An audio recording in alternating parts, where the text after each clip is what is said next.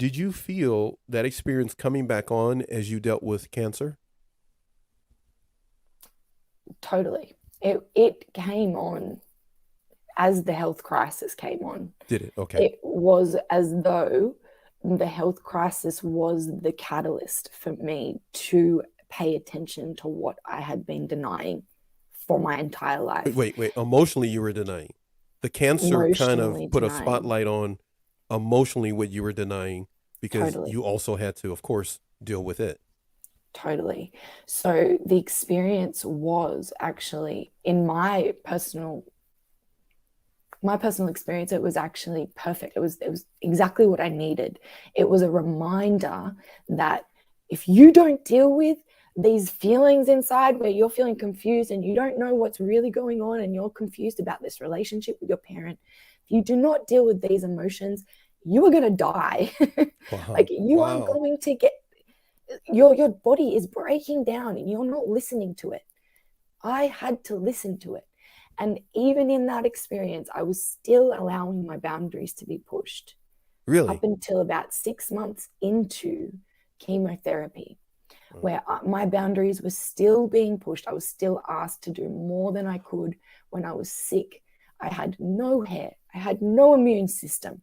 I was on the lounge crying every day and I was asked to give more than I could. And that's when I realized there's something really not right going on here, because even not in this hard experience, my Wow. deathbed experience, Hmm. am I being validated or acknowledged or understood at all. The entire experience was in no way about me. It was about my parent. So that's when I realized there's really something not quite right going on here. And so I started to I stopped rather than started to, I stopped denying that there was probably something very terribly wrong with this relationship and with this person. You And you I didn't know decided what it to was. you decided to stop giving them all the leeway, and you started Acceptance. to now look at yourself and say, hold on a second. Let me see what I'm giving myself because this is not making any sense. What's happening? Exactly right. Yeah. Because I'm sick. Yeah. Yeah. You were Exactly dealing right. with cancer at the time. Yeah. Was that a moment in time? Was that a pivotal moment in time for you that led you to where we are today? 100%. It was the catalyst, like I say. Like it was the biggest shift for me to realize that I have only, after many years of therapy, realized that I had complex PTSD from my Hmm. childhood experiences, which caused the manifestation of the cancer. I was Hmm. born with the BRCA gene as well. And my mother also had breast cancer. But I got Hmm. breast cancer at 27. Wow. So I was like, why am I getting cancer so young when my parent only got cancer, later in life? Hmm. Why am I not able to manage my stress? Why do I feel like my emotions are all over the place? So I had to do a lot of therapy to like first identify what was really going on. Then when I identified the relationship dynamic, Okay. that's the first thing that I identified was that it was a codependent relationship dynamic before I Mm. even understood that it was narcissism. I was like, oh, okay, there's a full codependence on me to be their caregiver. And at the same time, I'm getting something from them in return. I'm getting, validation that I'm a good daughter. But it was a very toxic dynamic. So I had to accept all of these bad things about the person, although they didn't accept the bad things about me. Heaps of gaslighting going on. You're a bad daughter. You have to make it up to me, even though I'm abusing you. So at the time when I got sick, um, I had to stop accepting because I thought Hmm. that was what was going to save the relationship.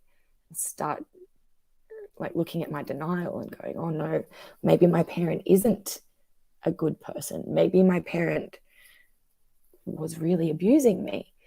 And I felt immense guilt and shame for Hmm. even admitting that, because I was like, this is my parent.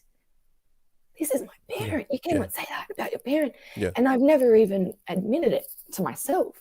Hmm. And my parent always said, I'm a good mother.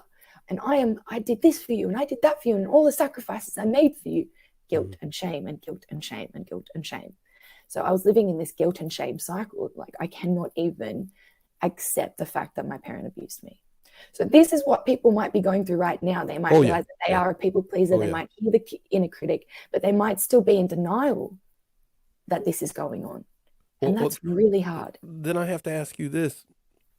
I knew this was going to happen. I told you before the show, we're going to go in a whole nother direction just if something happens. But I have to ask, and then I want to get to something that Marnie has, Dr. Marnie Hill-Fredero has put on the screen. We'll get to that in a moment. But you had already bought into the fact that you were, as it were, a bad child because you had a good parent. But now you're reassessing that dynamic of your parent. Did you start to, stand erect that hey, wait a minute, I'm not that bad of a person? Or did you start to feel, as you said, guilt? Did that guilt double down, triple, quadruple? Because now you're like, I must really be a bad person. I'm thinking this. Exactly right. It was the second one where the guilt and the shame quadrupled down on me. I went through about 6 months of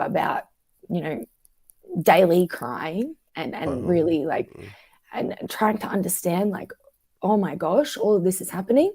So I decided that there's too many thoughts going around in my head. I started therapy.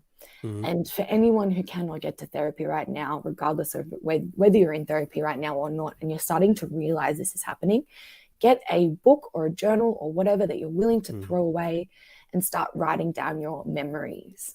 Because when you start to write down and acknowledge these experiences and how you felt about them, it doesn't matter about if you're feeling guilt or shame or feeling bad about acknowledging these experiences. Allow yourself to feel that pity for yourself because you've never allowed yourself to feel it before, and really release the emotion. That 6 months of crying released so much suppressed and repressed emotion that I'd been holding on to, that I had never allowed myself to experience because my parent had told me that I couldn't. So I allowed myself to feel all of that. Then I realized it's okay to feel all of this. It's actually okay. It's actually okay to share my experiences with other people now. And I realized that by starting to share them, I was actually one of many people in the community that experienced the exact same thing. And that's what got me deep into this, studying gaslighting, manipulation, and narcissism, because this is a predictable pattern that we can identify, and we can also empower ourselves to get out of and work through and heal from. It's not something that we have to be stuck in. How did you put it? It's a predictable pattern? Predictable pattern, yes.